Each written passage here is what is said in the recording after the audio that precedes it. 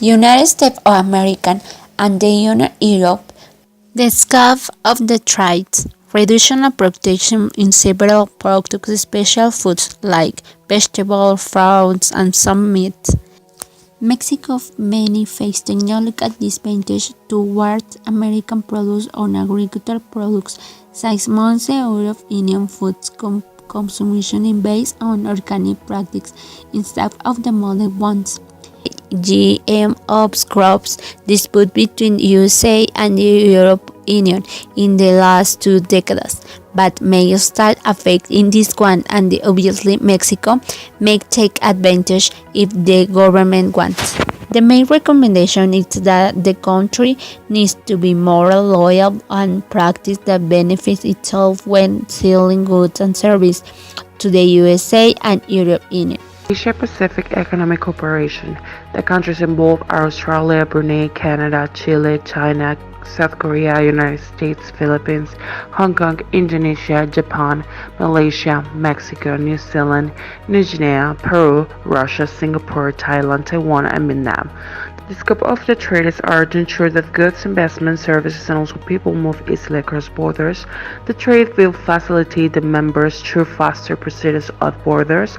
Federal applications of the treaties diversify our economic and trade relations, improve competitiveness to better face competition in front of Asian nations, establish strategic alliances, and take advantage of economic and technical cooperation. The benefits from Mexico. APEC's agenda covers practically all items in the economic field. It's an instrument that allows Mexico to level the playing field versus our principal aid.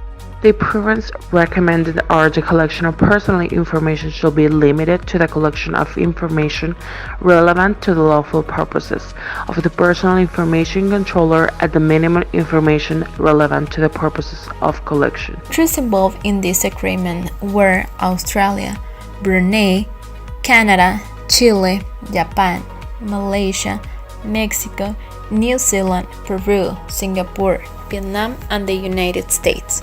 Trade facilitation, sanitary and phytosanitary measures, technical barriers to trade, investment, electronic commerce, intellectual property. Another important implication is the use of technology to facilitate transparency in international trade transactions, as well as the registration of imports and exports.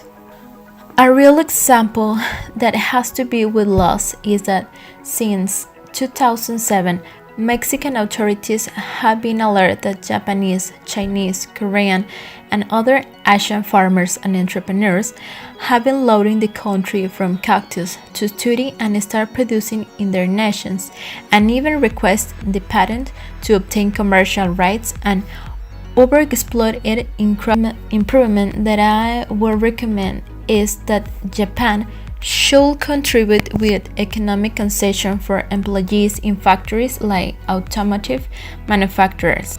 The free trade area of America is composed by the next countries: Antigua and Barbuda, Argentina, Bahamas, Barbados, Belize, Bolivia, Brazil, Guyana, Chile, Colombia, Costa Rica, Dominica, Ecuador. The effort to unite the American economies in a single free trade area began at the Summit of the American that took place in Miami, USA in December 1994, but was consolidated in 2005. The free trade area of America maintained a scope in a field according to their needs and shortage, but the most influential nation determined their convenience, and Mexico must take advantage of these various trades to attract international investors, as well as attracting automakers who today rely heavily on the quality and efficiency of Mexican labor. As a conclusion, we can say that Mexico should protect the local industries and productions of Mexico, but without leaving aside possible agreements and treaties with other countries and regions. Mexico should be open to negotiate with emerging countries, not only in the field of to motivate trade, designing specific regulations for the exchange of services and intellectual property. Consider the opinion and research done by big companies.